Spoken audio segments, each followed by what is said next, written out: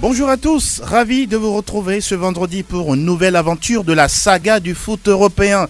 Plateau Foot 485 s'intéresse aux rencontres des quarts de finale aller de la Ligue européenne des champions, de folie saupoudrée, de festival de buts dont une bicyclette magistrale signée Cristiano Aveiro Ronaldo. Les résultats des quarts de finale de Ligue Europa aussi à décrypter, le tout dans la première partie. La seconde, nous faisons le tour des majeurs avec les matchs chocs disputés le week-end. Et peut-être que en cette fin de semaine, quelques cadeaux peuvent sabrer le champagne. Nous évoquons tous ces sujets avec les spécialistes. Le thème sportif, questions des auditeurs ne sont pas du reste. Nous accueillons pour vous ce matin en studio Franck Lunyama. Bonjour Franck, bienvenue. Bonjour Angelo, bonjour à toutes et à tous. En pleine forme. On rend grâce. Toujours. Oui. À votre droite, il est également là, Ezekiel Ayataï. Buongiorno. Bonjour Angelo, bonjour à tous. Comment tu vas? Ça va. Oui, elle est de retour parmi nous, Fifia Sogbavi. Bonjour, bienvenue. Bonjour Angelo, je salue tous les auditrices et tous les auditeurs de cette émission. Vous allez bien? En forme. Ravi de vous retrouver. Merci. Juste à votre droite, lui c'est Armel Waba. Hello, good morning. Ça va. En pleine forme? Très en forme. Ah oui, on dirait que tu as perdu ton anglais aujourd'hui. Bonjour Roméo Yetor. Bonjour Angelo. En pleine forme? Très en forme. Ah oui, ça se sent. Et puis elle aussi, et oui, elle est là, parmi nous. Toujours, pardon? Non, Roméo dit en forme. En forme comme En forme comme l'habiteur. Ah oui, Evelyne Benedi, bonjour, bienvenue. Bonjour Angelo, bonjour à tous. Ça fait plaisir de revenir dans cette émission un an après. Eh oui, ça nous fait également plaisir de vous accueillir dans le studio. Messin Niamé et l'homme à Dovon est également là. Il assure la vidéo de cette émission que vous pouvez retrouver sur radiosportfmtg.com. C'est un spécial plateau foot 485 dédié à l'empereur Benoît Messin Niamé qui souffle une bougie de plus. Chers spécialistes, ça vaut le coup, n'est-ce pas? Oui, c'est une référence en la matière. Oui. Rien à dire, il nous a inspirés. Donc aujourd'hui, il est là, il nous suit, il nous écoute. Je pense que c'est véritablement une occasion pour lui dire encore une fois merci pour tout ce qu'il a laissé, pour tout ce qu'il nous apprend tous les jours. Parce que c'est l'un des premiers auditeurs de cette radio et quand ça ne va pas, il n'hésite pas à appeler pour nous dire c'est comme ça, c'est comme ça. Donc je pense que c'est une source intarissable qu'on doit pouvoir protéger. Et surtout exploiter. Exploiter aussi.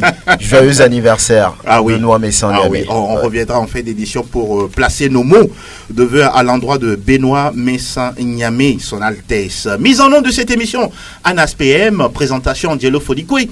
Oui, Plateau Foot Europe, c'est parti. Joyeux anniversaire.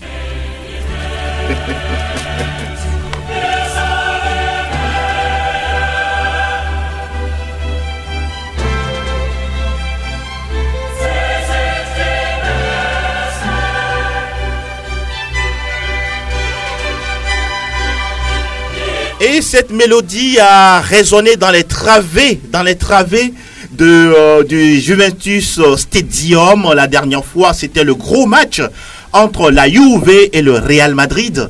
Il y a eu 3-0. Je voudrais dire 3-1, mais non. Higuaín ni Cuadrado n'ont pu marquer. Franck Lunyama, est-ce logique pour le Real de gagner quand même 3-0 face à cette formation de la Juve? Avant le coup d'envoi, personne ne pensait à ce score. C'est vrai que sur la dernière finale de la compétition, il y avait 4-1 pour le Real. On savait qu'il y avait un avantage psychologique pour les Merengues, mais avec ce que la vieille dame a montré dans cette compétition, en sortant quand même Tottenham à domicile, on croyait qu'il y aurait plus de résistance, il y aurait plus de difficultés pour le double tenant du titre, mais là, derrière, c'était rien. C'est un peu comme, je n'ai pas envie de dire comme un couteau dans du beurre, mais il n'y a pas eu forcément d'opposition en face du Real Madrid. Vous allez voir le score 3-0, donc à ce niveau de la compétition, et on dit que la Juve n'a pas été battue depuis quelques mois, oui. Et il ne prend pas beaucoup de buts. Ça a été la même chanson l'année dernière, et derrière ils ont pris 4. Mais bon, je pense que peut-être qu'il faut revoir les choses, mais le Real Madrid a prouvé qu'il était en forme et qu'il était toujours en course pour un troisième titre. Ezekiel, est-ce que la vieille dame est sérieusement vieille cette fois-ci? Fatigué. Peut-être fatigué. Peut-être fatigué, mais c'est vrai que le Real Madrid était au-dessus dans le match. On a senti plus de sérénité du côté du Real. Et puis la Juve qui a eu du mal, surtout dans les relances. On a senti un pressing constant du côté du Real. Et puis la Juve qui a montré beaucoup de déchets techniques dans ce match, ce qui n'est pas habituel. Ça veut dire que la pression ou l'intensité imposée par les Madrilènes a eu raison de cette vieille dame-là qui à un moment donné a craqué tout simplement. Donc, on n'a pas vu Dybala, Higuaín faire le ménage. Hein. Oui, surtout que la vieille dame a encaissé tôt dans ce match. Troisième minute. Hein. Oui, donc il fallait forcément réagir. Ça a sorti la Juve de son plan de jeu. La Juve était peut-être arrivée pour contenir le Real et marquer un but peut-être par contre et fermer la boutique. Mais malheureusement, ce but encaissé tôt a désorganisé cette équipe-là que moi je pense ne sait pas du tout retrouvé tout au long de la rencontre, et le Real qui était plus technique et puis tactiquement en place on a profité pour marquer tous ces buts. Les rares occasions que la Juve a eu dans ce match-là, malheureusement elle n'a pas su les réaliser, ne serait-ce que marquer un but pour espérer mieux au match retour. Donc là c'est une tâche vraiment compliquée. Fifi, on a vu une formation du Real Madrid qui n'a pas été dominatrice mais beaucoup plus réaliste, surtout avec un Cristiano Ronaldo qui s'est offert un doublé. Un but magnifique, une bicyclette. Et... Vous l'avez vu? Oui, je l'ai vu. La bicyclette? Je l'ai vu. Il est allé chercher ce but où? il a peut-être cherché au plus profond de lui-même. Il a essayé, ça a été très joli. C'est ce genre de but que quand c'est au fond, c'est toute la planète qui crie. Et c'est ce qui s'est passé la dernière fois. Déjà, un premier but aussi avec beaucoup d'envie, de spontanéité. De l'extérieur du pied, non? C'est ça? Oui. De l'extérieur du pied droit? Oui. Avec beaucoup de spontanéité. Il a fait, vous savez, moi je dis le Real aujourd'hui n'a que la Ligue des Champions. On lui disait ici que en coupe c'est déjà fini, en championnat c'est déjà fini. Et Cristiano Ronaldo sait que s'il veut gagner le ballon d'or, ça doit passer également par la Ligue des Champions. Et Zidane aussi veut sauver sa saison par la Ligue des Champions. Il veut s'inscrire encore dans l'histoire en empilant un troisième titre. Et ils savent qu'ils doivent tout donner dans cette rencontre-là. Et je crois que c'est cette volonté, cette envie d'aller chercher qui était vraiment plus forte. Et durant tout le match, c'est vrai qu'ils n'ont pas été très dominateurs, mais ils ont quand même su réaliser ce qu'ils ont fait, profiter des erreurs de l'adversaire pour inscrire les 3 buts. Et moi, je crois que c'est un match déjà plié parce qu'à l'extérieur, aller marquer 3 buts en quart de finale de la Ligue des Champions, ce serait difficile pour la Juve de revenir en match retour en Espagne et se qualifier. Pour moi, le Real est déjà en demi-finale. Ah oui, un pied et 4 orteils, hein, on peut dire en demi-finale. Roméo, on peut également dire que peut-être le carton rouge reçu par Dybala a aussi, entre-temps, faussé les plans de Allegri. Ben, on peut le dire ainsi, mais la Juve a déjà encaissé 2 buts avant le carton rouge de Paulo Dybala. Peut-être que sa présence dans le jeu pourrait changer quelque chose vers la fin de la rencontre.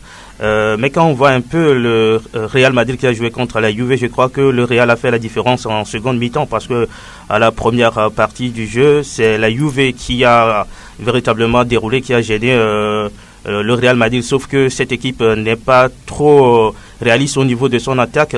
Higuaín qui rate des occasions qu'il ne fallait pas rater, Dybala également qui se perd parfois dans la défense du Real Madrid, et cette défense qui a affiché pas mal de fébrilité. Même si le Real a gagné, je dis que la défense du Real Madrid... Buffon n'est pas quand même exempt de tout reproche. Bon, on peut le dire ainsi, mais vous savez, c'est difficile de pouvoir arrêter les ballons de Cristiano Ronaldo. Le premier but, il a été surpris. Sur le deuxième également, il a été surpris sur le deuxième but. Peut-être le troisième but. Voilà, mais la défense aussi en est pour quelque chose. Je parlais justement de cette défense du Real Madrid. Quand vous prenez Carvajal, même Sergio Ramos, Varane, ils sont toujours attirés par le ballon. Ils quittent la défense et quand on balance le ballon, c'est difficile à ces joueurs de revenir pour refaire le ménage. Mais je crois que le Real Madrid, pour pouvoir gagner cette Ligue des Champions, doit stabiliser sa défense. peut-être que ce sont des rares matchs dans lesquels le Real n'encaisse pas de but, sinon pratiquement dans toutes les rencontres, le Real doit forcément encaisser un but. Mais bravo à Cristiano Ronaldo qui nous sort encore une chez deux. Ah oui, un but venu d'ailleurs, Evelyne. Pourquoi la Juve n'a pas pu apprendre de ce qui s'est passé lors de la finale de la saison dernière? Bon, peut-être parce que c'était le Real Madrid en face. Vous savez, dans ce match la dernière fois, moi je me suis dit ce qui a posé des problèmes aux joueurs de la Juventus, c'est la façon dont le Real Madrid jouait les petites passes dans un périmètre assez réduit.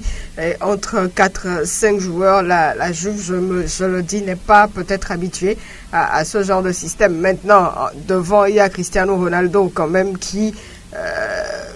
empile les buts à chaque fois. C'est la Ligue des Champions, comme on le dit. Il n'aime pas écouter cette chanson, ça lui donne. Donc c'est une Juve peut-être trop sûre d'elle, parce qu'elle était à domicile, elle voulait titiller le Real Madrid, le double tenant du titre, mais ça n'a pas marché.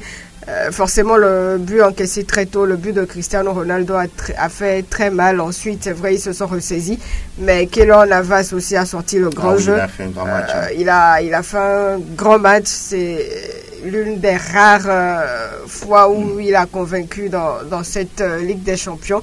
La Juventus a été carrément déboutée. Maintenant, est-ce que mentalement, devant les attaquants Higuaín et tous les autres, après avoir encaissé 3 buts, est-ce qu'ils avaient cette force-là de pouvoir revenir? Vaut mieux se réserver peut-être pour la suite du championnat et penser à comment jouer le match retour. Parce que quand on prend 3 buts dans une telle compétition, à la maison en plus, c'est pas facile de digérer. Maintenant, le Real Madrid était attendu.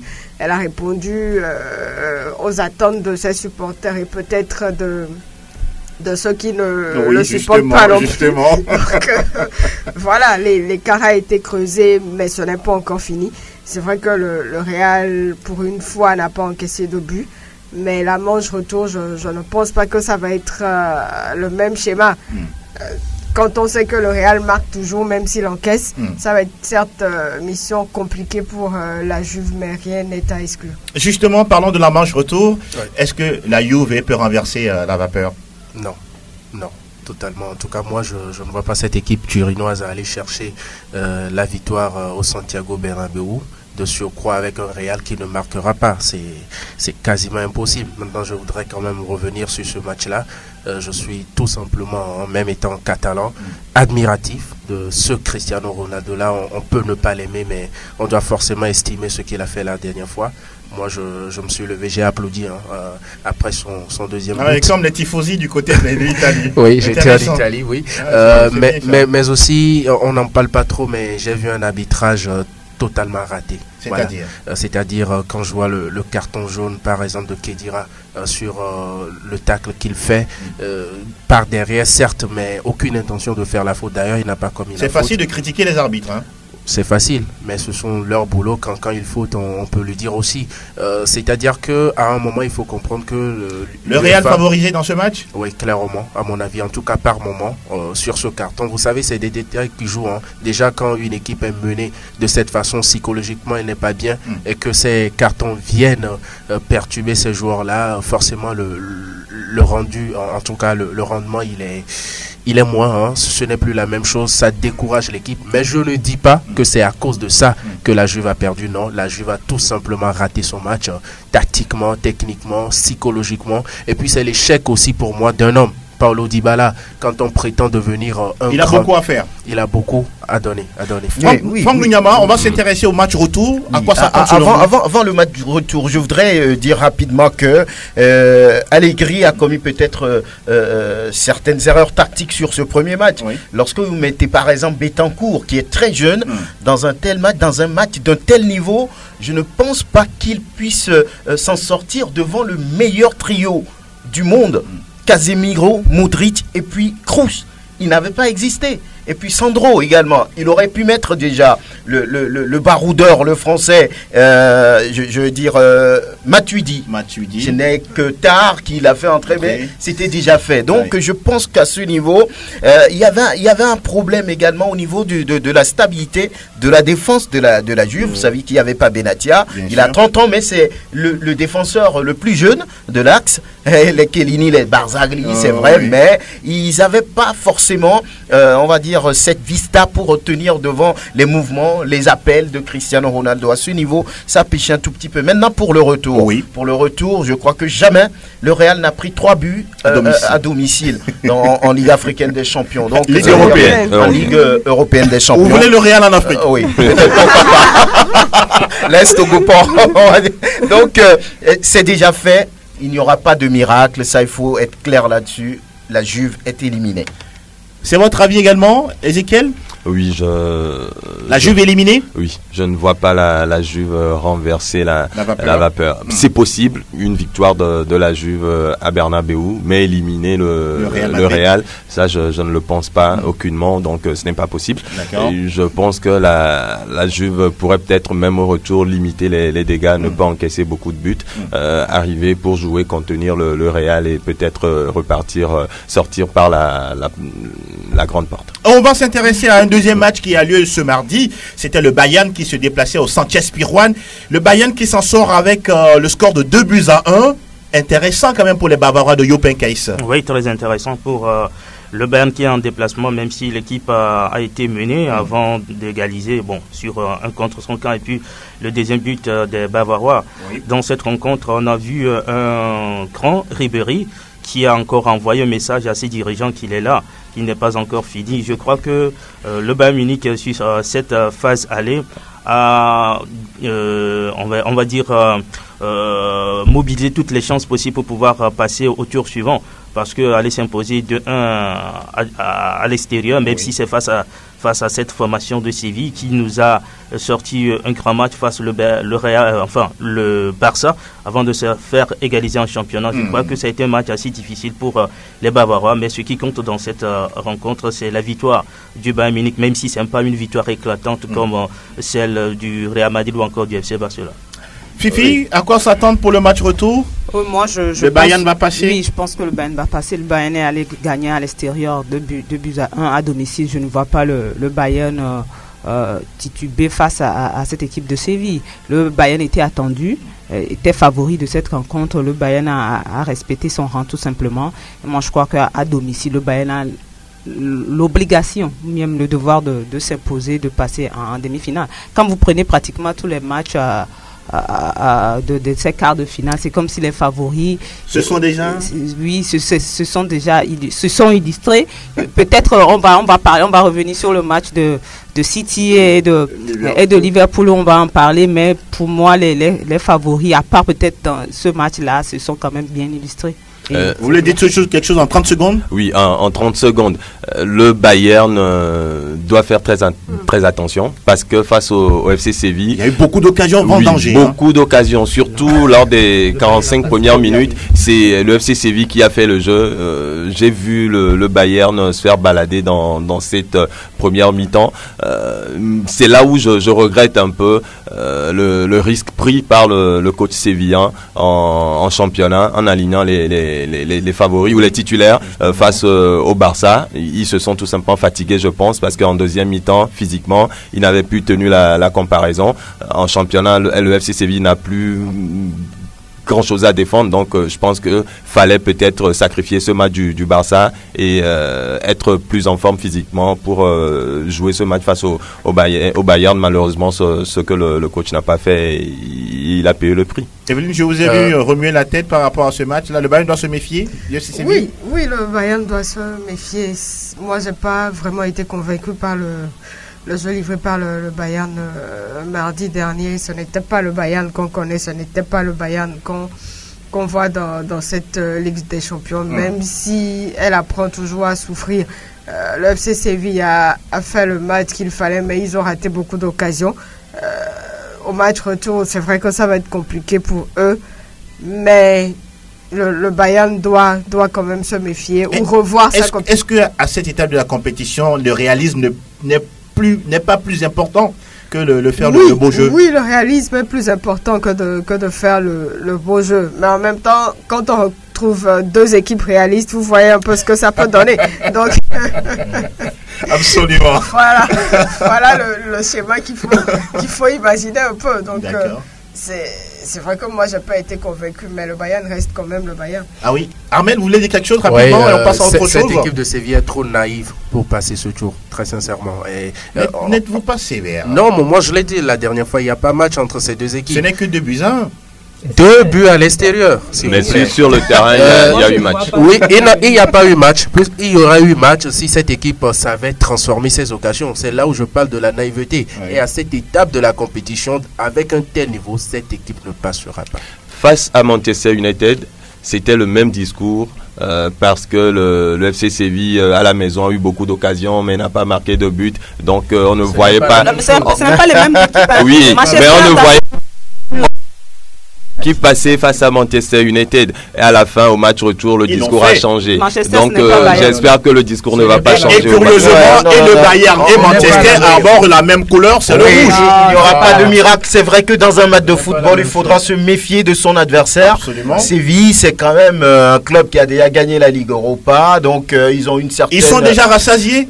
Bon, je ne dirais pas, ils ont un certain vécu par rapport à l'échiquier européen. Une telle équipe, il faudra s'en méfier. Je crois que c'est ce qui a un peu plongé les Bavarois sur ce match aller. Quelqu'un, ou bien une équipe qui a quand même sorti Manchester United, même si il y avait un football béton du côté des Red Devils, il faudra s'en méfier. C'est ce que les Bavarois ont fait la dernière fois. Mais dans la peur, ils ont quand même réussi. Je ne veux pas dire dans la peur, peut-être dans la méfiance, ils ont quand même réussi à gagner 2-1. Et ça s'arrête là. Séville ne passera pas. C'est vrai qu'ils ont fait le coup. C'est votre avis? Là, c'est le supporter qui parle. Non, c'est pas un supporter. Non, c'est pas un supporter. Séville, Armel a parlé de naïveté. Je suis parfaitement d'accord avec lui. Mais ils ont eu des occasions. Ils ont eu des occasions. Il faudra les mettre au fond. Ouais. Voilà. Mais à l'Allianz Arena, ça va être autre chose. Oui. Le jeu, le football que va produire désormais le Bayern, vous verrez. Est-ce que Séville, c'est comme Dortmund? Vous pensez? Bon, je ne sais pas. Ils vont en prendre 6. Non, je ne dis pas ça, mais Séville ne passera pas. D'accord. Le Bayern est en demi-finale. Ah, ok, c'est bien noté. On va s'intéresser. L'émission. Oh oui, c'est bien enregistré. On va sortir d'enregistrer. On va s'intéresser au match de mercredi avec... oui, cet explosif derby, bon voilà, un gros classique du championnat anglais. Liverpool face à Manchester City. C'est quand même incroyable. Vous n'étiez pas certes des nôtres la dernière fois, mais entre-temps, vous aviez également dit que City, c'est une équipe très très forte face à Liverpool. Mais la dernière fois, il n'y a pas eu match. Hein. Oui, c'est quand même une surprise. Hein. City perdra par 3-0 à ce niveau de la compétition de la Ligue des Champions. C'est quand même une surprise. C'est vrai que Salah et Mané, ce qu'ils font cette saison avec Liverpool est extraordinaire. Et il faut le dire, Salah avec une aisance vraiment incontrôlable, il arrive quand même à chaque fois à sauver Liverpool de cette situation. Mais mener City après 40 minutes 3-0, il faut le faire, ils l'ont fait. Et moi, je suis tout simplement... admiratrice de ce que font ces garçons-là. Maintenant, City, moi je me disais même après 3-0, après 40 minutes, je me disais que City allait revenir dans cette partie. Peut-être perdre, mais par peut-être 3-2, 3-1, aller au moins marquer un but. Mais on n'a pas retrouvé City jusqu'à la fin de la partie. Et c'est quand même ce que Liverpool a fait est très très intéressant. Mais il y a un match retour qui est là. Et je vais peut-être vous surprendre, c'est que moi c'est le match pour moi qui est indécis. Parmi les 4 matchs à venir, je me dis c'est vrai c'est 3-0. Et je peux dire que Bayern peut passer, je peux dire carrément que Bayern va passer, oui, malgré une défaite de 2-1, mais je ne peux pas dire tout à l'heure là que Liverpool va passer malgré une victoire de 3-0, parce que le match retour, je crois, sera explosif. Et Manchester City est quand même capable, avec son attaque devant, est capable également de marquer 3 buts à Liverpool. On l'a vu même en championnat cette saison. Roméo, c'était 2 attaques de feu. Liverpool avec quoi? Firmino, Salah, Mané. De l'autre côté, il y a Sterling, il y a Leroy Sané, même si Kun Aguero n'était pas, Kevin De Bruyne. mais tactiquement, Liverpool a écrabouillé City. Je crois que Klopp a encore démontré l'autre fois que le football se joue à plusieurs niveaux. On sait que Manchester City adore posséder le ballon. Et là, ils ont embêté Manchester City. Ils refusent à ces joueurs de garder pendant longtemps le ballon. On n'a pas vu un Liverpool assez extraordinaire, mais cette équipe a été volontaire, surtout dans l'effort. Liverpool n'a pas cherché à compliquer son jeu.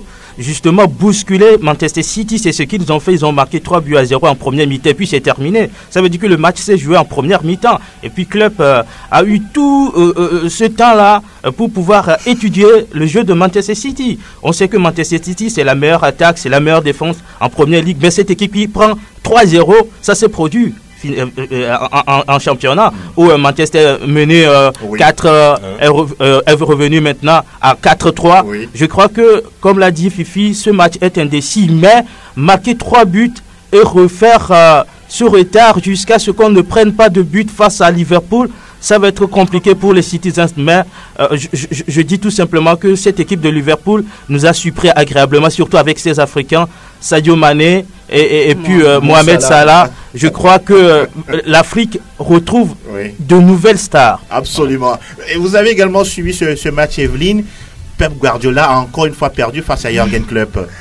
Oui, c'était carrément de la magie, pas parce que moi je plaçais Manchester City devant Liverpool, parce que Liverpool, quoi qu'on dise, a une histoire, a un vécu en Ligue des Champions.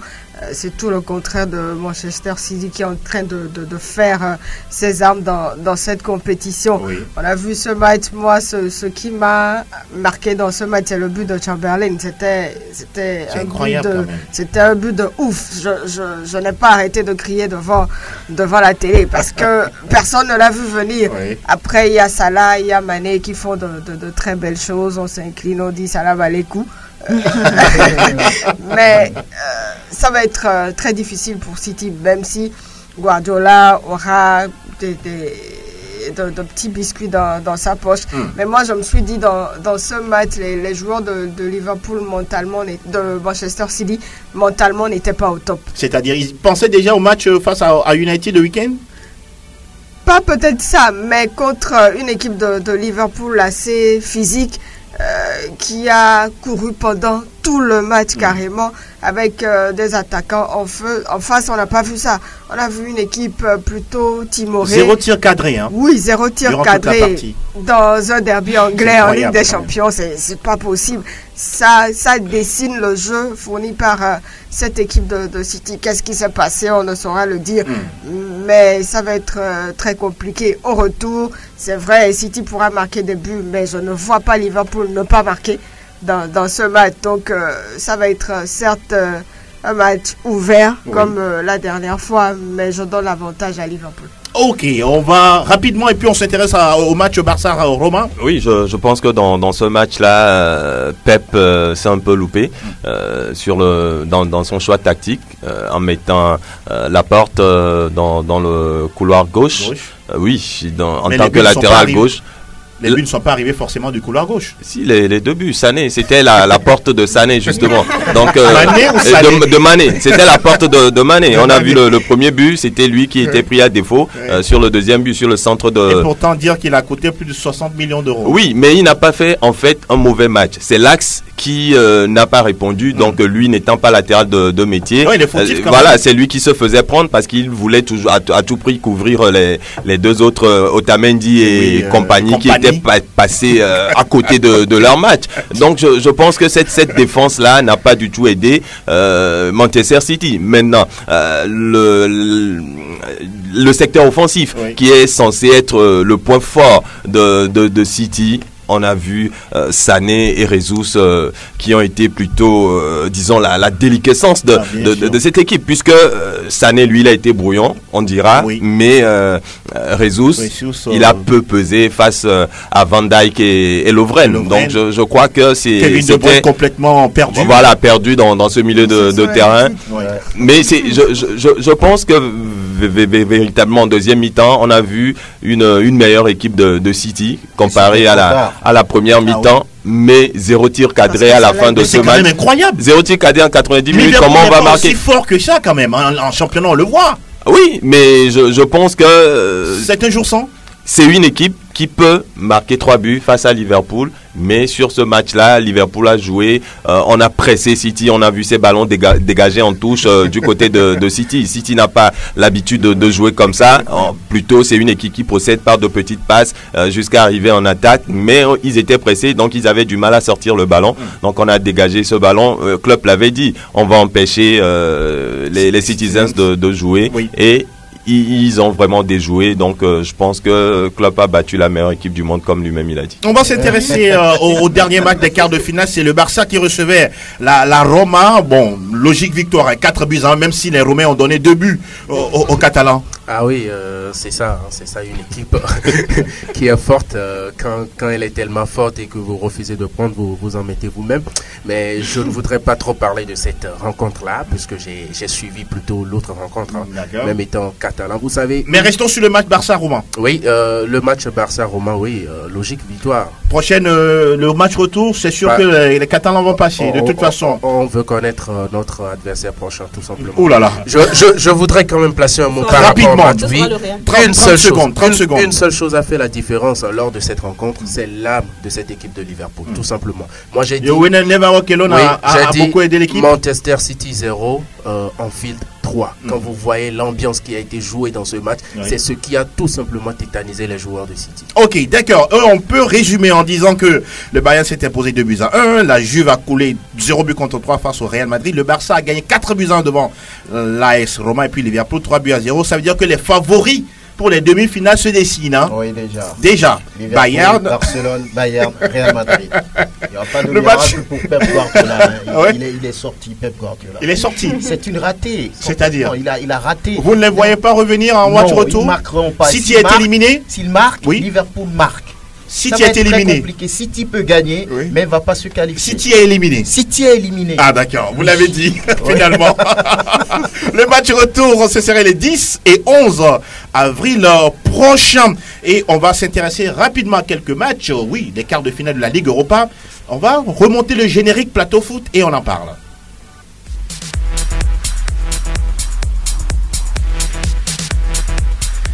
Et on s'intéresse au quart de finale aller de la Ligue Europa. Hier, Leipzig, s'est offert le scalp de l'Olympique de Marseille. Un petit but à 0, mais qui peut-être, on ne sait jamais, donner encore plus d'espoir à cette formation phocéenne. Ce n'est qu'un but à 0. Arsenal qui a dominé largement le CSKA Moscou, 4-1 avec un doublé de Lacazette. Atlético Madrid qui gagne 2-0 face au Sporting Lisbonne. Et puis, festival de buts entre la Lazio et le Red Bull Salzbourg qui, au passage, concède sa première défaite au niveau de cette Ligue Europa, battu 4-2. Là aussi, on peut dire que par endroit, les favoris sont connus pour le dernier carré. Oui. C'est le match peut-être Leipzig-OM, Leipzig match retour. Oui. On pense que l'OM peut également passer parce qu'il y a eu beaucoup d'absents hier. Vous savez, Mandanda, c'est quand même l'un des pions. Adil Rami, Rolando. C'est la défense centrale qui était totalement partie. On a vu une défense inédite, Gustavo Camara. Camara qui n'est même pas titulaire avec l'OM en championnat. Dans ce match. Oui, qui a tenu. Et puis Gustavo qui était plutôt milieu défensif qu'on retrouve en défense. Et puis Thauvin qui était l'homme fort, qui n'était également pas là. Donc moi je me dis, si l'OM... avec beaucoup de concentration, pourra renverser la vapeur à domicile, même si les Allemands vont venir chercher le match nul pour pouvoir se qualifier pour la suite. Même dans les autres rencontres, Arsenal c'est déjà fait, et Atlético Madrid, je pense que c'est également pratiquement fait. Moi j'ai bien peur pour la Lazio. Moi j'ai peur également pour la Lazio parce que cette équipe de Salzbourg a quand même marqué 2 buts à l'extérieur et pourrait à domicile gagner 2-0 et se qualifier parce qu'on a rien marqué 2 buts à l'extérieur. Donc attention également à la Lazio. Une équipe jusque-là invaincue, mais surtout intraitable à domicile. Justement. Donc avec 2 buts marqués à l'extérieur, la Lazio fera tout simplement un déplacement périlleux. Ça va être difficile pour les Italiens. Est-ce que c'est fait pour Arsenal? Oui. 4-1. Arsenal favori pour cette compétition. Mais quand on connaît Arsenal avec... Non, vous savez, Arsenal, c'est sa coupe. veut sauver sa tête avec l'Europa League. Pourvu qu'il ne retombe plus dans ses travers, parce que Justement. Arsenal, c'est vrai, a marqué beaucoup de buts sur ce match, mais le match retour, c'est parce que les joueurs et puis Arsène Wenger nous réservent, Ah mais oui. c'est quand même pratiquement fait. Ce qui est curieux, hier, à Et une vous- certaine vous- période, vous imaginez le stade était clairsemé. Hein. Vous imaginez, Arsenal maintenant gagne 4-1 et on en doute encore de sa qualification. C'est qu'il y a un problème. Bien, le match retour de ces quarts de finale de Ligue Europa ont lieu le 12 avril prochain. C'est tout ce qu'on peut dire concernant les coupes européennes. Et cette fois-ci, on va ouvrir la page des majeurs. English Premier League News. Oui, on l'a bien compris. Hein. Tottenham 3, Chelsea 1. C'est la première fois depuis 1990 que les Spurs s'imposent au Stamford Bridge. 28 ans que les Spurs ne se sont pas imposés sur ce terrain. Pour vous donner une idée, je n'étais pas encore né, tout simplement. Oh là là. Et le début de ce match n'est pas pour confirmer cette statistique, puisque tout de suite les hommes d'Antonio Conte ont acculé cette équipe de Chelsea à travers Willian.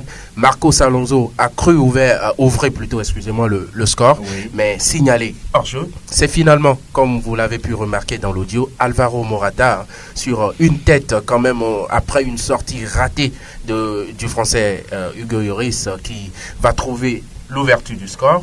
Et dès lors, Tottenham a été malmené dans cette rencontre, mais Tottenham doit sa survie à Hugo Lloris justement, jusqu'à la 46e minute, le tournant de ce match. Oui. Eriksen, Oh, quel le but. Danois, Quel but. quel but, un chef-d'œuvre, Extraordinaire. tout simplement qui laisse perplexe Caballero. Entre le but d'Eriksen et celui de Dele Alli, lequel préfériez-vous? Non, celui d'Eriksen, clairement, Ah d'accord. clairement. Qui laisse perplexe Caballero. Vous pouviez le marquer, vous? J'en ai marqué beaucoup. Oh là là. Mais dans les petits cages. Merci pour la précision. Alors, du retour des vestiaires, la confiance, elle a changé de camp. Clairement, on a vu une équipe de Tottenham qui pressait très haut, récupération, passe en profondeur pour Dele Alli. Le jeune anglais, le contrôle, il est parfait. L'enchaînement, tout autant. Et c'est lui qui revient pour le 3e but. Les hommes de Conte sont désormais, tout simplement, voilà, elle n'est pas assurée, cette équipe, de jouer la Ligue des Champions, puisqu'ils sont à 6 points Justement. de la 4e place. Justement, Roméo, parlons de cette équipe de Chelsea, le tenant du titre. Oui, qui est à 8 points de cette place qualificative pour la Ligue des Champions. Est-ce que c'est grillé pour les Blues? Je crois que c'est grillé. À 6 journées de la fin du championnat. Oui, je crois que c'est grillé pour Chelsea. Ça fait mal de voir le champion sortant qui n'arrive pas à s'imposer dans cette première ligue cette année. C'est vrai qu'en Angleterre, c'est difficile d'enchaîner les titres. Ben pour Chelsea cette saison, c'est une déception parce que c'est pratiquement les mêmes joueurs mais qui n'arrivent pas à répondre. Un N'Golo Kanté qui est arrivé pour sauver cette formation. Il n'a fait qu'une saison, une très bonne saison avec les Blues de Chelsea. Mais cette année, je pense que Chelsea doit dire adieu peut-être à la Ligue des Champions, même pourquoi pas lutter pour avoir une place pour la Ligue Europa. Ça va être compliqué pour les Blues. On va s'intéresser à d'autres résultats, monsieur Armel Waba. Oui, on peut s'intéresser aussi à Crystal Palace qui ne s'est pas imposé à domicile face à Liverpool, Il a failli. avec là encore un Mané en toute fin de rencontre. Oui. Manchester United s'impose, plonge un peu plus Swansea dans le doute, 2-0. Burnley, Avec le 100e but au passage de Romelu Lukaku. ouais, bien sûr. C'est bien pour lui. Hein. Ouais, très bien, c'est un attaquant sérieux, je crois. Ah, d'accord. Watford, 2 buts partout face à Bournemouth. Newcastle, 1 but partout. 1-0 plutôt face à Huddersfield, hein, Steve Mounier. Ah oui. Ça ne va pas. City a aussi gagné face à Everton en déplacement. Arsenal contre Stoke City. Oui. Et comme on le disait, Chelsea a perdu face à Tottenham. Et curieusement, Franck Luyama, Alan Pardew, viré de West Bromwich Albion, Bien sûr. c'est le 10e manager remplacé, non, viré cette saison. Ouais. C'est un record depuis 2002-2003. En tout cas, en Angleterre, on n'hésite pas. Lorsque ça ne va pas, on veut rapidement remettre les choses sur les rails. Donc, il a payé. Je pense que c'est un peu une tradition là-bas. Donc, ça ne surprend pas, en fait. Ouais. Donc, lorsque les résultats ne suivent pas, je pense qu'il faut souvent remettre les choses dans les normes. Comme vous le C'est dites souvent, quitter les choses. avant que les choses ne vous quittent. Mais lui, Voilà, Mais donc, là, il a été aidé simplement. voilà, donc, je pense Par que- quand même, il est habitué à retrouver les clubs. Rapidement. Rapidement. Ah C'est oui. quelqu'un qui a de l'expérience, Oui, en tout cas. justement. Peut-être que sur ce coup, il n'a pas de réussite, mais bon, peut-être qu'il peut rebondir ailleurs. Vivement, on attend de voir. Cette 32e journée, Oui. d'abord, va nous offrir deux derbys. Oui. D'abord celui de la Mersey entre Everton, le peuple Ah, bleu, ils vont se retrouver. qui reçoit le peuple rouge, et puis quand même Manchester City, Ah oui. qui peut-être va s'offrir le titre de Premier League. Hein, contre qui? Face à Ouais, l'ennemi. c'est son aîné, non, son ami de toujours. Non, son ennemi. Oui, c'est ça. Ah oui, c'est ce que Fifi vient de dire. Ah, en Manchester, il n'y a qu'un seul club, c'est United. En tout cas, pour le moment, en Premier League, il n'y a qu'un seul club, c'est City, qui a 84 points. Oui. On a tous les gros en devant. La 8e place de Leicester, Watford 11e, Swansea 15e. Southampton, Stoke City et West Bromwich sont bons derniers. Et au classement des meilleurs buteurs, Il est seul au monde lui aussi. Mohamed Salah, 29 buts en 31 matchs. Oui. Harry Kane blessé, 24 buts en mais 30 qui est de matchs. retour hein, sur le banc. Oui, qui est De de Tottenham. retour. Salah également blessé, oui, mais ce n'est pas trop grave. Espérons qu'il va vite revenir pour sa Raheem formation. Sterling et puis Jamie Vardy. Oui, Salah qui a égalé Didier Drogba. Exactement. Et c'est quand même comme l'a dit tout à l'heure Roméo, ce sont les stars africaines hein, qui reviennent au devant de la scène. Et malheureusement, les gens ne parlent pas d'eux.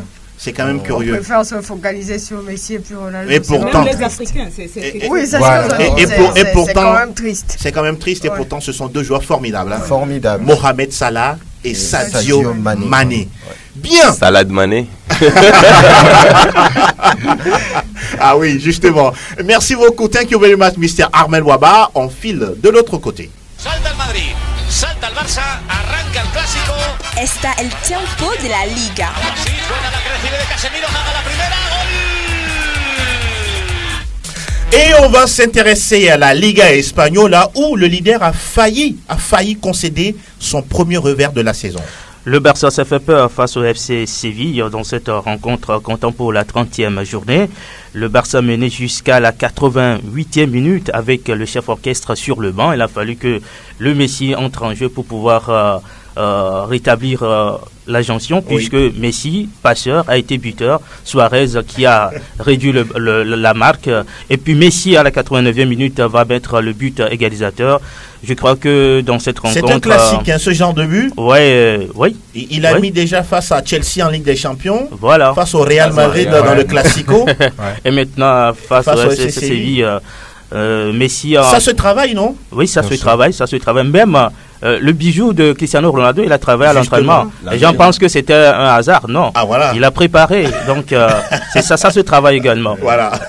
On va s'intéresser quand même à ce match-là. Franck Nouyama, 2 buts partout. Oui, Barça n'est pas passé quand même. C'était presque fait, hein, cette défaite-là. Le mot a été lâché par Roméo. Oui. Le Barça s'est fait peur Oui. dans ce match, mené 2-0. Séville pouvait marquer d'autres buts, mais ils l'ont pas fait. Voilà pourquoi on parle entre-temps de la naïveté d'une telle équipe. 30 secondes, Ah, d'accord. vous encaissez 2 buts. Donc, Ce n'est pas normal. Ce n'est pas normal pour un club qui se veut grand. Et là-dessus, je voulais féliciter le coaching de Valverde qui a fait entrer le Messi et qui a sauvé tout le monde. Une passe décisive et puis un but, comme il en a l'habitude. Oui. Ça va très très vite sur ces genres de buts, vous ne pouvez rien. Donc ça permet au Barça de ne pas être battu, d'être pour l'instant invincible dans le championnat. Donc c'est une très très bonne nouvelle pour les Catalans. Plutôt, les Merengues également se sont, on peut dire, étaient en promenade de santé. Ils se sont baladés. Du côté de Las Palmas. Ils ont gagné 3-0 avec un doublé de Gareth Bale et un but de Karim Benzema. Capitaine d'un soir. Oui. Bon, capitaine. Et Ah qui oui. a raté également. C'était face à des buts vides. Atlético Madrid, grâce à Kevin Gamero, a battu la Couronne 1-0. Getafe battu à domicile par Betis 0-1. Oui. Eibar Real Sociedad, c'était 0 but partout. Malaga est venu à bout de Villarreal 1-0. 1-0 également pour le FC Valence sur le terrain de Leganés. Espagnol Barcelone à la veste, c'était 0-0. Athletic Bilbao, Celta Vigo 1 partout également entre Gérone et Levante. Au classement, Barça 76 points, 67 pour Atlético Madrid. Le Real Madrid est 3e avec 63 points. 4e Valence, 62 points. Villarreal 5e à 47, Betis Séville 6e avec 46, 46 également pour le FC Séville 7e, Getafe de Diendakona mais 11e, 18e place Las Palmas 21 points, 20 points pour la Couronne 19e et puis Malaga ferme la marche avec 17 réalisations. Au niveau des buteurs, Messi 26 réalisations, Suarez 22, oui je pense, Cristiano Ronaldo 25 je crois. Oui, donc, bon, il est plus proche. Hein. Il est plus proche. 25 voilà. Oui. 25 ou 24? Il est à 4 buts de Messi. De Messi. Ah, donc Ben, ça fait 22. 22 également pour Cristiano. Voilà. On va pas faire de jaloux. Hein. C'est qu'il était là d'autres fois, il pouvait. Alors, la 31e journée qui commence aujourd'hui, la Corogne et Malaga ouvrent le bal. Demain, samedi, Alaves contre Getafe, Celta Vigo, FC Séville, Betis Séville, Eibar, FC Barcelone, Leganés. Dimanche, Levante, Las Palmas, le choc de la journée. Real Madrid contre Atlético Madrid. La Real Sociedad joue contre Gérone, Valence, Espagnol, Barcelone. Et puis lundi en clôture de cette 31e journée, nous aurons Villarreal, Athletic Bilbao. Ah oui, il y a les sous-marins jaunes, les rojiblancos contre la formation de l'Athletic Bilbao. Oui, et nous précisons que Lionel Messi a 26 buts, suivi de Luis Suarez et de Ronaldo, tous deux 22 réalisations. Voilà. Pas de jaloux, c'est bien dit. Muchas gracias, Romeo Yetor. Et on fait du côté où la différence est seulement Bundes. Herzlich willkommen zum Bundesliga. Alles über Bundesliga. Oui, Franck Lunyama, la dernière fois, Franck Ribéry a participé au festival des Bavarois. C'est quand même, je sais plus quoi dire, 6-0. C'est quand même incroyable. Qui l'eût cru? Incroyable. Qui l'eût cru avant le début de ce match. Il n'y avait plus de classiqueurs. C'est devenu un match comme tous les autres. Ordinaire, quoi. Oui, un match ordinaire. Il n'y avait pas d'opposition en face du Bayern de Munich. 6-0 avec un triplé. Est-ce que le Dortmund a joué avec sa réserve?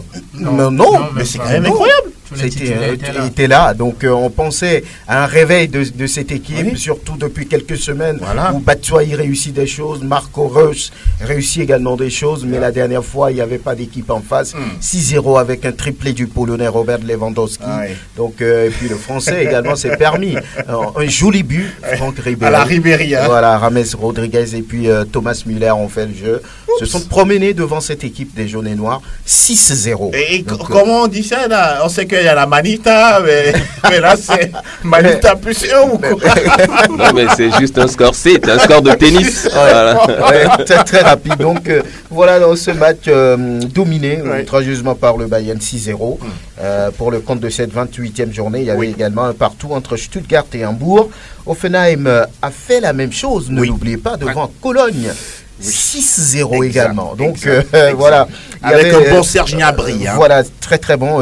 L'Allemand d'origine ivoirienne. Exactement. Le Bayer Leverkusen n'a pas su faire la différence face à Augsbourg. 0 but partout à l'arrivée. Schalke 2, Fribourg 0. Hanovre 96 du Togolais Ilas Bebou a perdu 2 buts contre 3 face à Leipzig. Hertha Berlin, Wolfsburg 0-0. Werder domine Francfort 2-1. Mayence Mönchengladbach 0-0. 24 buts ont été marqués, 5 victoires dont une à l'extérieur. 4 matchs nuls et au sortir de cette 28e journée, on voit bien que le Bayern contrôle sans problème les choses. 69 points et va être sacré dès ce week-end. Oui, justement. Voilà. Donc deuxième Schalke, 52 points. Dortmund est toujours sur le podium malgré ce chavirement. 48 points. Leipzig 4e, 46 points. 5e Bayer Leverkusen, 45 points. Au bas du tableau, on retrouve Fribourg, 14e, 30 points. 15e, Wolfsburg, 26 points. 16e, Mayence, 26 points aussi. 17e position, on retrouve Cologne, 20 points. Et puis Hambourg, qui se plaît bien à la dernière position, 18e avec 19 points. Les buteurs, pas de problème pour Robert Lewandowski, il est seul au monde. 26 buts en 28 journées. Pierre-Emerick reste toujours, puisqu'il n'est pas encore... 13 buts. Maintenant, il a à sa trousse Niels Petersen, 13 buts aussi. Et la meilleure attaque, c'est toujours le Bayern, pas de problème, 72 buts. La meilleure défense aussi, avec seulement 20 buts encaissés. La prochaine journée, ça démarre aujourd'hui avec Hannover 96 qui joue contre Brême, Augsbourg, Bayern Munich, Fribourg a rendez-vous avec Wolfsburg, Cologne va défier Mayence, Mönchengladbach reçoit Hertha Berlin, Hambourg se mesure à Schalke 04, Dortmund, est-ce que le club a pu se relever de ses 6 buts?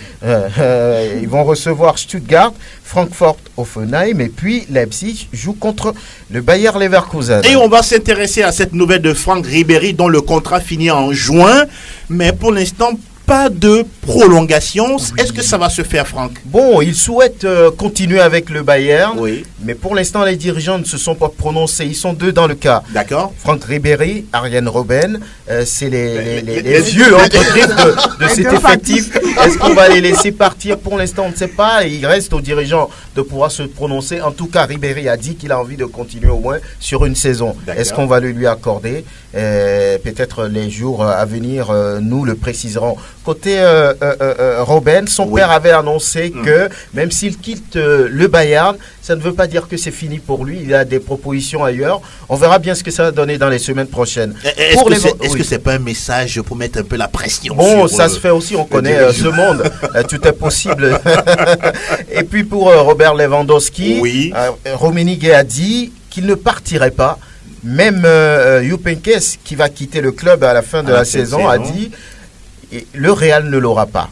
Je ne sais pas s'ils le disent pour monter les enchères, mais le joueur a affiché son envie d'aller voir du côté de la Maison Blanche, mais les dirigeants pour l'instant n'ont pas donné le ticket vert pour ouvrir la porte à Lewandowski. On verra bien ce que ça va donner dans les semaines prochaines. Mais pour James Rodriguez, on lève l'option d'achat. Oui, on lève l'option d'achat. Ça veut dire qu'il reste pour l'instant et voilà.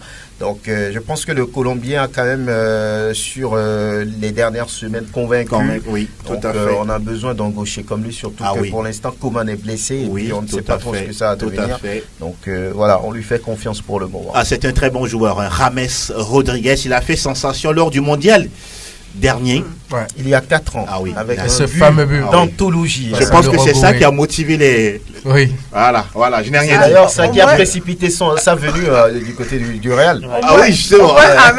Amel était des années. Ça, c'est la bonne. Donc, je suis Arnaud Yama, merci beaucoup. Et cette fois-ci, on va de l'autre côté.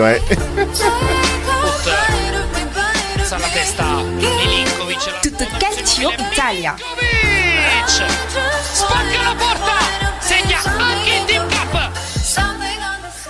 Et on va s'intéresser à la Serie A italienne. Il y avait un choc, un gros match entre la Juventus et le Milan AC. Qu'est-ce qui s'est passé? Ce qui est curieux, Quadrado a marqué, Dybala a marqué, et qui d'autre? Khedira. Ces trois étaient titulaires face au Real, mais ils n'ont pas marqué. Oui. C'est quand même incroyable. Comme quoi le Real n'est pas le Milan AC. Bonne conclusion. Voilà, c'était une victoire de la Juve, 3 buts à 1. Je dirais que la Juve a eu le Milan à l'usure parce que le score était de 1 but partout. Bonucci qui avait répondu au but de Dybala. Ezekiel, vous avez vu la joie de Bonucci en marquant contre son ancien club?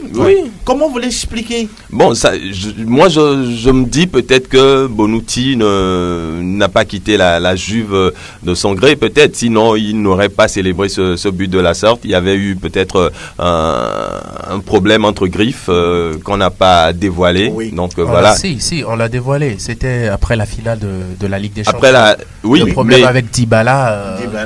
Mais le problème avec Dybala. Quelle a été la réaction des dirigeants de la Juve dans cette histoire? Ils ont demandé à Bonucci de partir, d'où justement sa réaction là. C'est justement pour Dybala, Bonucci qui était tout content de marquer contre la Juve. Et malheureusement pour le Milan et pour Bonucci, à la fin, le Milan a perdu. Donc ça a été une joie de courte durée, on dira. Voilà, donc 3 buts à 1 pour la Juve et le Napoli qui derrière. En attendant que vous enchaîniez, Roméo, est-ce qu'on peut dire aujourd'hui que oui, la Juve est en train de gagner un nouveau Scudetto? Le match gagné contre le Milan, je crois que c'est un match très important pour le tournant, la conquête de ce enfin de ce championnat, de ce trophée final. Mais j'ai l'impression que de l'autre côté aussi, le Napoli n'a pas encore dit son dernier mot. Si le Napoli enchaîne des victoires et que par mégarde la Juve... Vous croyez encore un suspense? Oui, le suspense demeure parce que la Juve n'est pas encore championne d'Italie. Le match, il reste encore beaucoup de matchs à jouer. Donc même un match face au Napoli. Voilà, donc peut-être que c'est cette confrontation directe qui va départager les deux formations. Mais pour l'instant, la Juve garde bien la main. Ah oui. Et le Napoli aussi a calé. Oui, justement, le Napoli devrait suivre le rythme imposé par la vieille dame, puisque le Napoli était à 2 points. Oui. Donc, malheureusement, le Napoli qui a été accroché à Sassuolo, un but partout. Ah oui, le club cher à Franck Nouniawa. Oui. Et j'ai bien envie de dire que le Napoli vient de faire une passe décisive à la Juve. Aïe, aïe, aïe. Oui, parce qu'avec ce match nul, je pense que ça va être compliqué. Même si le Napoli arrivait à gagner le match face à la Juve, il resterait 1 point d'écart et ça peut être préjudiciable pour le Napoli à la fin.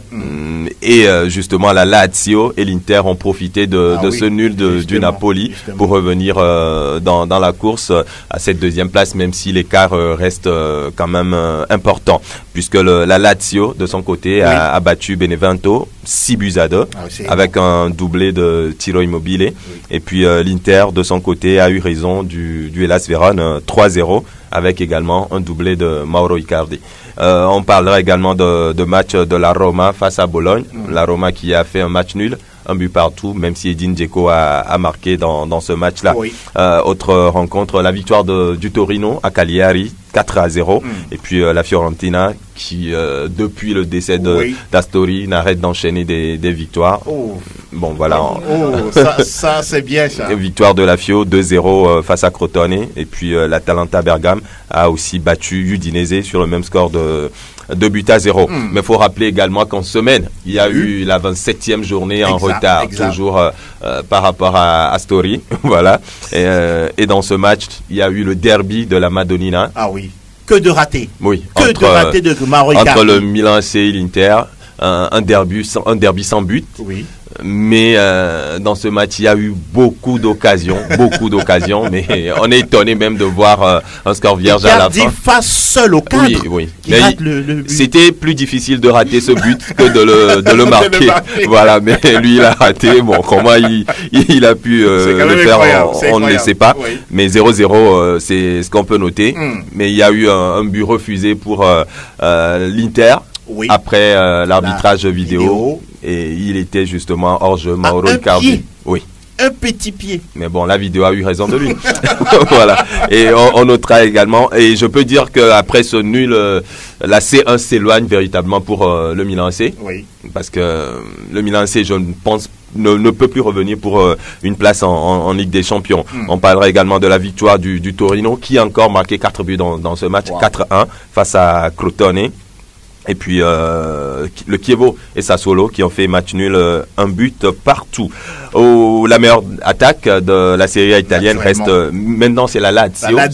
La Lazio avec son 13 buts. Et puis la meilleure défense, la Juve, 16 buts encaissés. Au classement dans ce championnat, la Juve avec 18 points reste en tête. À 4 longueurs, on retrouve le Napoli, deuxième. Et puis la Roma qui a 60 points, donc 14 points de retard sur le Napoli. Donc le titre forcément va se jouer entre ces deux, la Juve et le Napoli. Mais la troisième place et la quatrième vont être âprement disputées, puisque il y a 60 points pour la Roma, mais 59 pour l'Inter qui revient, et puis 57 pour la Lazio qui vont donc se battre pour ces 2 places européennes. Le Milan est 5e à 51 points, l'un derrière. Donc 7e l'Atalanta, 47 également pour la Fio.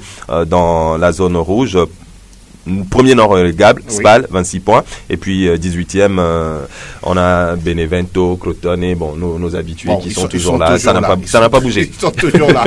Au classement des buteurs, Tiro Immobile qui est en tête, le joueur de la Lazio, 26 unités, 24 pour Mauro Icardi de l'Inter, et puis Paulo Dybala de la Juve, 18 buts marqués. Et la 31e journée? La 31e journée démarre demain samedi avec la Juve en déplacement à Benevento, la Roma qui reçoit la Fiorentina, Spal Atlanta Atalanta, pardon, et puis la Samp sera face au Genoa. Atalanta, c'est de l'autre côté. Oui, c'est Atalanta. On n'est pas en NBA. Hein. Voilà. et la bonne nouvelle également du côté du Milan AC, c'est la prolongation. Gattuso qui a prolongé jusqu'en 2021. Ah, mais ça c'est bien ça, oui. pour les Rossoneri. Au moins un peu de stabilité du côté des Rossoneri. On aura un match très important le dimanche, puisque Torino, qui a marqué 8 buts en 2 journées, accueille l'Inter Milan. Ah oui, donc ce sera le gros match, de cette journée. Le Milan reçoit Sassuolo. Le Milan doit se méfier aussi de Sassuolo. Oui, et le Napoli qui accueille Napoli. Voilà, le Napoli justement qui accueille Chievo. Et l'autre info, il semble que Mario Mandzukic peut quitter aussi la Juve en fin de saison. Oui. C'est possible, surtout que la dernière fois on l'a encore retrouvé sur le banc. Je pense qu'il ne se sent plus vraiment bien du côté de la vieille dame, donc il va chercher une porte de sortie, et ce qui est sûr, ce ne sont pas les propositions qui manquent, donc forcément je le pense, il quittera la saison prochaine. Mandzukic suffisamment rassasié des biscuits de la vieille dame. Grazie mille, Ezekiel. Cette fois-ci on va de l'autre côté. Monaco, le champion. Et quel spectacle pour une dernière victoire. 100% Ligue 1, Conforama. La Gazette réussit le sien, 28e but de la saison sous les couleurs de Lyon avant de quitter le club. Et on s'intéresse à la Ligue Conforama avec vous, Fifi Assobavi. Quelles sont les nouvelles? Les nouvelles, c'est que le Paris Saint-Germain est toujours en tête. La 31e journée a été disputée le week-end écoulé, mais le Paris Saint-Germain avait déjà joué sa 31e journée le 14 mars passé. C'était une victoire face à Angers, 2-0, un doublé de Mbappé. Maintenant, le reste des matchs a été joué le week-end dernier avec Marseille qui s'est bien déplacé à Dijon. Une victoire des Marseillais, 3-1 face à Dijon en déplacement. Avec un bon Payet. Hein. Oui, et tous les 3 buts marqués par Varler, Germain, Ocampos et puis Payet. Dimanche, Guingamp domine Bordeaux à domicile 2-1. Oui. Caen a été battu à domicile par Montpellier 3-1. Lille a encore perdu face à Amiens à domicile par 0 but contre 1. Et peut-être une surprise, Saint-Etienne qui s'est baladé face à Nantes en déplacement en Nantes, 3-0. Et c'est Saint-Etienne qui joue le Paris Saint-Germain ce vendredi. Et je pense que ce sera un match aussi intéressant. Oui, c'est clair.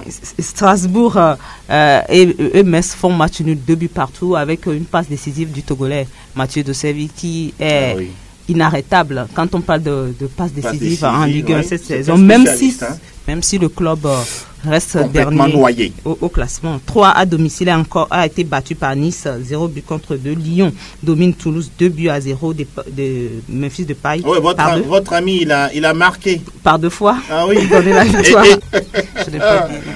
Sans commentaire.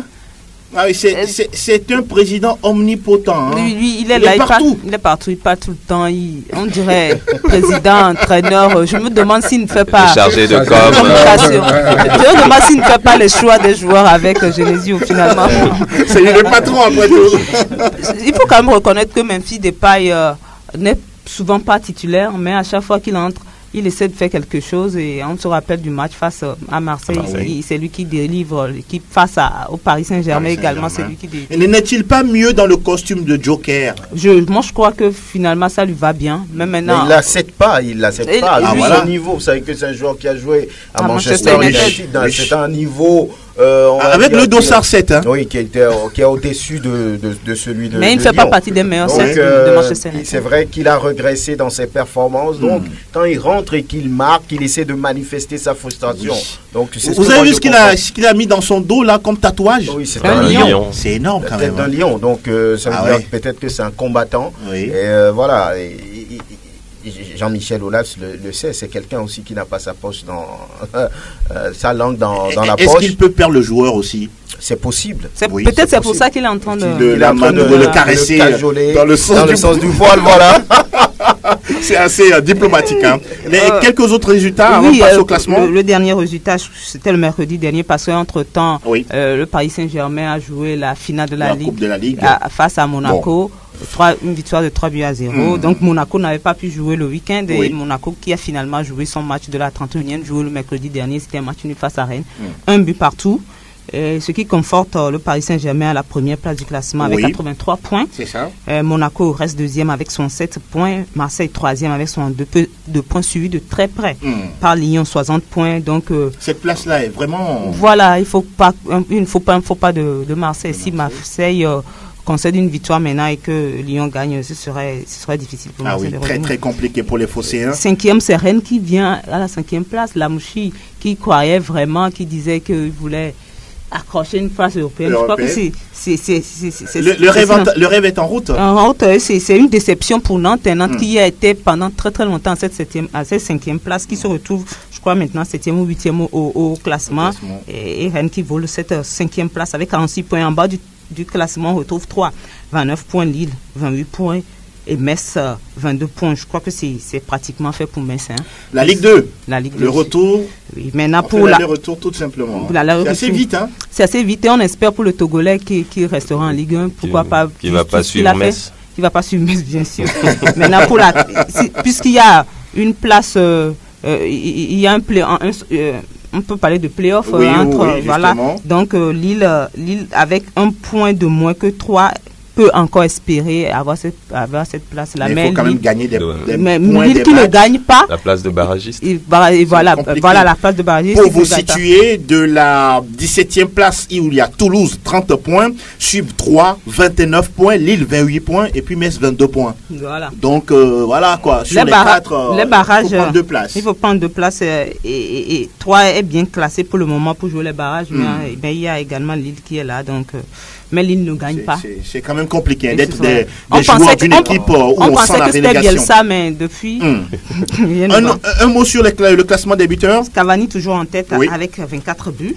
Suivi de Neymar qui n'est pas là, mais qui reste pour le moment deuxième avec 19 buts. Falcao est troisième avec 17 buts. Thauvin, 4e avec 16 buts. Mariano Diaz également. Même point, même but, 16 buts, mais qui est à la 5e place. Et la prochaine journée qui démarre ce soir? La prochaine journée, comme on le disait tout à l'heure, ce vendredi, Saint-Etienne reçoit Paris Saint-Germain. Si le Paris Saint-Germain gagne et que Nantes également bat Monaco, Paris Saint-Germain sera officiellement champion. Mais ce sera quand même compliqué de voir Monaco perdre à domicile face à Nantes. Et surtout depuis quelques journées, Nantes qui ne va pas très fort. Et maintenant, on va en tout cas suivre ces 2 matchs-là pour voir ce que ça va donner. Demain, Monaco, bien sûr, reçoit Nantes. Amiens joue Caen. Angers reçoit Strasbourg. Bordeaux et Lille s'affrontent. Guingamp joue 3. Et puis Toulouse reçoit Dijon le dimanche. Nice joue Rennes. Metz reçoit Lyon.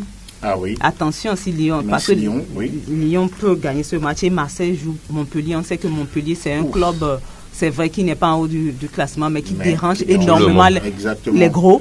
Et le donc Paris Saint-Germain en sait quelque chose. La 3e place peut également basculer.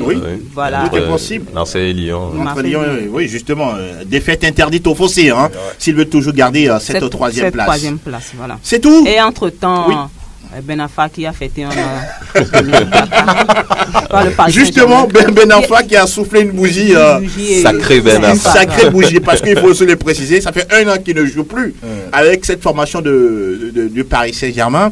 Et puis également, on aurait appris que Leonardo Jardim pourrait quitter Monaco pour Arsenal. Oui, il n'y a pas encore de confirmation, mais on a eu l'information quand même qu'il pourrait également partir. On attend de voir tout ça. Au niveau du Paris Saint-Germain, pour le moment, le président dit que c'est Emery le coach. C'est faux. Vous croyez en ça? Le président, il est sur un siège éjectable. Tout le monde sait que c'est faux.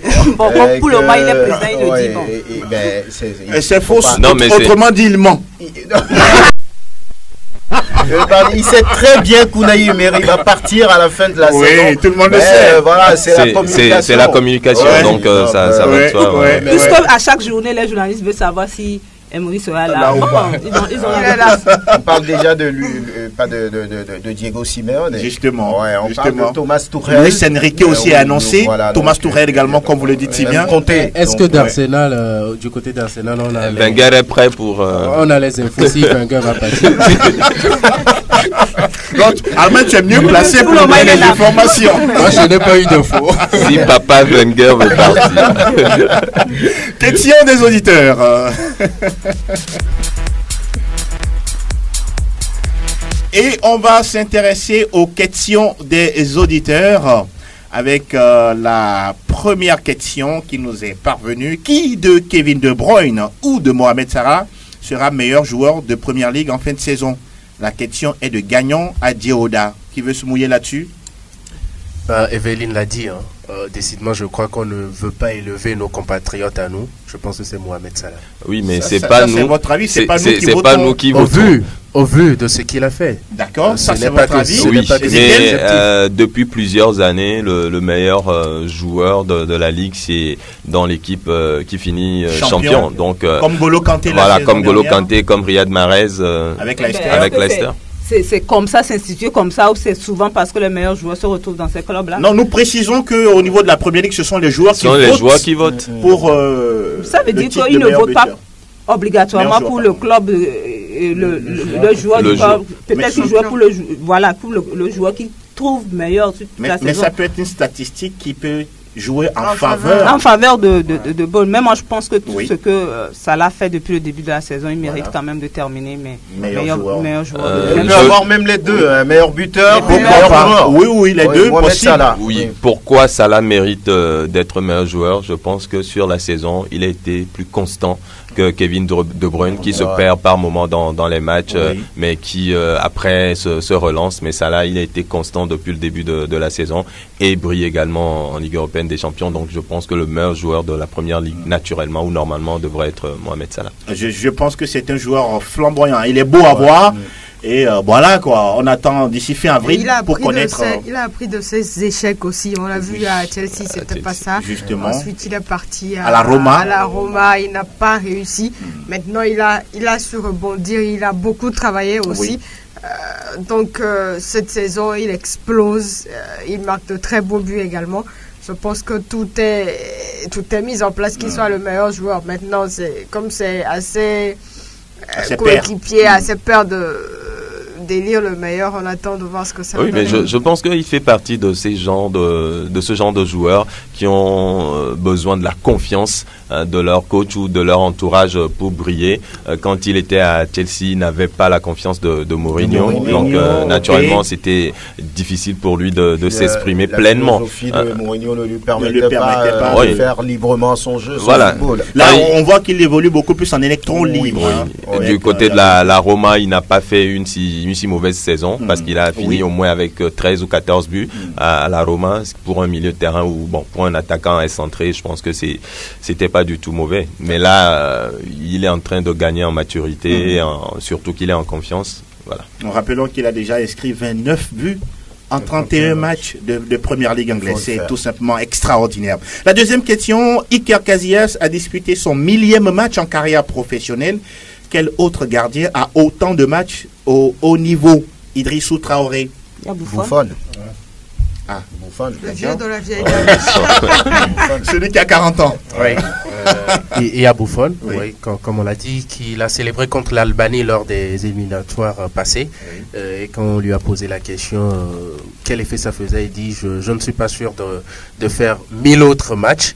Mais à l'allure où vont les choses, il ne veut pas quitter. Peut-être qu'il les fera. Mais aussi, il y a un autre gardien, Rogério Ceni. Il a joué toute sa carrière au Sao Paulo. C'est un Brésilien, voilà. Il a disputé 1115 matchs pour 115 buts. Ah oui, il semble que c'est un gardien buteur. Des coups francs, oui, il marquait des buts. Gardien buteur. Il marque des coups francs directs. Rogério Ceni. Voilà. Bien, troisième question, pourquoi Pogba est-il souvent critiqué en Première Ligue et même par les journalistes français? Parce qu'il ne joue pas comme ça là. Il ne joue pas même. Non, tout simplement parce que le joueur n'est pas constant. Pogba, c'est un joueur zigzag qui fait bien aujourd'hui, qui est demain moins bien. Et puis par rapport à son transfert de 100 millions ou un peu plus, moi je pense qu'il ne mérite pas ça. Les Français l'ont surcoté.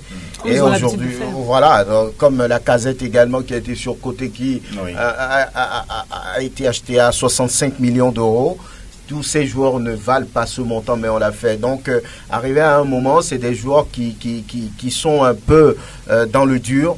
Le cas de Pogba qui ne convainc pas. Donc, je pense qu'il a eu, on va dire, de très belles saisons avec la Juve, mais depuis qu'il a fait son retour à Manchester United, ce n'est pas ça. Un joueur lent qui n'a pas forcément, on va dire, un impact sur le jeu du club. Donc, voilà d'ailleurs pourquoi il a des problèmes avec Mourinho. C'est vrai qu'il ne joue pas forcément dans son registre, mais c'est un joueur qui n'est pas constant, moi je pense. Oui, et dire qu'avec le montant du transfert de Pogba, on a acheté Salah, Firmino et Mané. Donc c'est normal qu'il soit critiqué. Vous êtes décidé aujourd'hui. Critiqué. J'ai l'impression qu'il n'est pas souvent concentré au cours des matchs. C'est une impression que j'ai l'impression qu'il ne vit pas les matchs à 100%, quoi. D'accord. C'est ces matchs à 100%, et ça a réjailli un peu sur le fait qu'il n'est pas constant d'un match à un autre. Il n'est pas constant, il n'est pas concentré, il joue trop au clown. C'est un joueur qui, moi je pense, passe-t-il trop de temps chez le coiffeur que... Oui, voilà. Et puis c'est trop de fioritures dans... Je pense qu'il n'est pas conscient des qualités qu'il a. Parce que c'est un joueur, quand il veut vraiment s'y mettre, on connaît ses capacités, on sait ce qu'il donne sur le terrain. Mais Pogba, il s'amuse un peu trop, peut-être parce qu'il est petit. Encore dans sa tête, il n'est pas mature. Il faut qu'on le secoue. Est-ce qu'il n'y a pas un brin d'orgueil, entre guillemets? Est-ce que c'est de l'orgueil? C'est quoi? Je pense plutôt que ce sont des caprices. C'est de l'insouciance. Oui, c'est de l'immaturité, c'est de l'inconscience. Maintenant, il faut peut-être le recadrer à chaque fois. Vous voyez sous Mourinho, lui, c'est la star dans toutes les équipes où il passe. Maintenant, ça rejaillit sur son jeu. Quand tu n'es pas dans le droit chemin, Mourinho, il te met à la touche. Les deux même, voilà, ils ont eu du rififi, Mourinho, Pogba. Oui, et puis Pogba, c'est un joueur, je dis, trop insouciant, comme vient de le dire Franck. Il y a le mondial qui arrive. Peut-être qu'il se dit, quoi qu'il arrive, je serai au mondial. Donc, bon, on peut s'amuser un peu, mais au même moment, il est en train de regresser, un peu comme le fou de Nice, le fou de Nice, Mario Balotelli. La prochaine question, elle est pour Roméo Yetor. J'aimerais savoir s'il y a un club qui a remporté 2 fois successivement la Champions League, à part le Real Madrid. Bon, avec cette nouvelle formule, c'est le Real seul qui l'a fait. Mais bon, dans les années antérieures, c'est ça, le Milan. Mais pour cette nouvelle formule, c'est le Real. C'est le Real, double tenant du titre, qui peut-être s'achemine vers... un troisième titre. On attend de voir.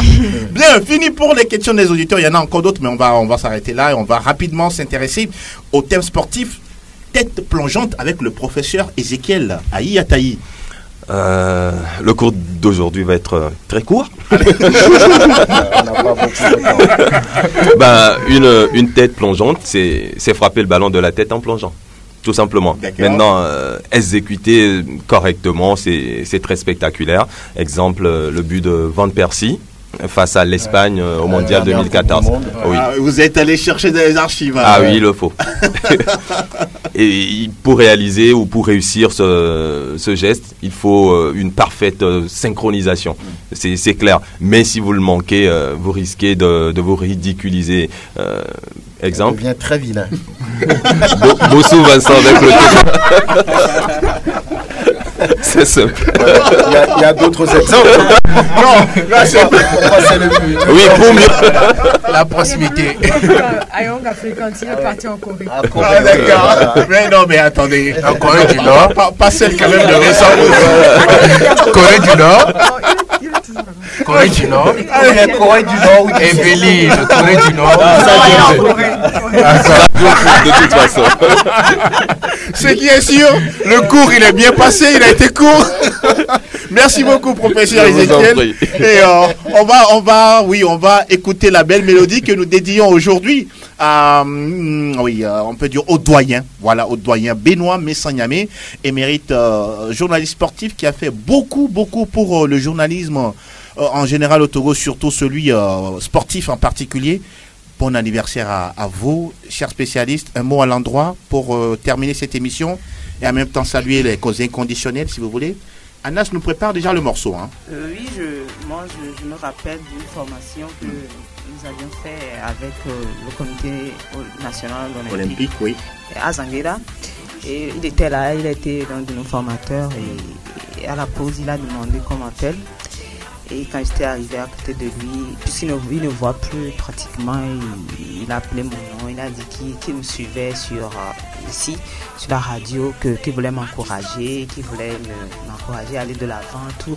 Et c'est quelque chose qui m'a énormément surpris parce que c'était l'un des anciens à me faire cela. Donc pour moi, je dis que c'est un exemple, c'est quelqu'un qu'il faut suivre. Une référence. C'est vrai que moi, je n'ai pas de souvenirs, franchement. Oui. J'étais très je me demande si j'étais même né. Et donc je n'ai pas de souvenirs, mais c'est quand même, il reste une référence et joyeux anniversaire à lui. J'espère que le ciel lui accordera encore beaucoup d'années à vivre. C'est vrai qu'il a déjà plus de 80 ans et qu'il va encore vivre longtemps à nos côtés. Evelyne Benyedi. Oui, nous on l'appelle ici, on l'appelait Sport FM l'opium parce que à l'ouverture de la radio, il était là pour les formations. Il avait son petit bureau juste à la sortie de studio ici. Donc l'empereur, il était là, il nous encourageait, il nous a beaucoup formés. Moi, principalement, il m'a appris les expressions, le jargon, comme on dit, le jargon du monde sportif. C'est quelqu'un qui est là à l'écoute de tout le monde. Même la dernière fois, quand on a commencé la fête des 45 ans de la JST, nous étions chez lui à la maison. Ça a été une belle fête. Oui. C'était l'occasion pour lui de nous raconter encore de très belles choses, son vécu dans le sport, les activités qu'il a couvertes et tout ça. Joyeux anniversaire à lui et la santé surtout. Armel Waba. Moi, je ne l'ai jamais rencontré. J'espère que j'aurai l'occasion.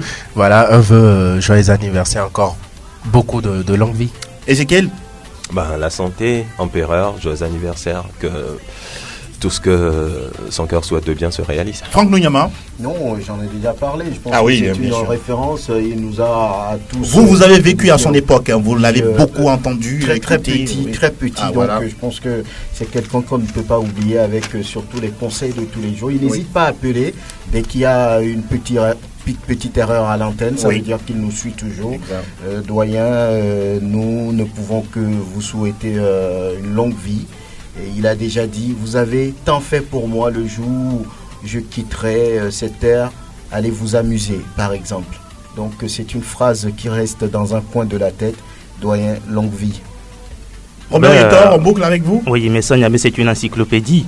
Donc je lui souhaite joyeux anniversaire. Il m'a une fois prodigué un conseil. Il m'a dit, tu es trop jeune. Donc ça m'a beaucoup marqué. Donc doyen, si vous êtes fan de Cristiano Ronaldo, je vous dédie donc son chef-d'œuvre. Ah oui, merci.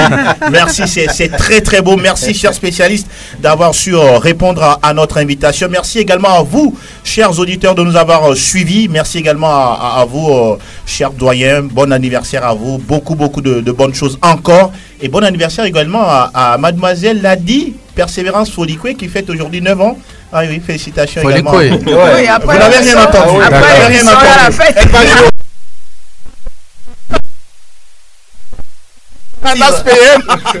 À très bientôt sur Sport FM. Ciao.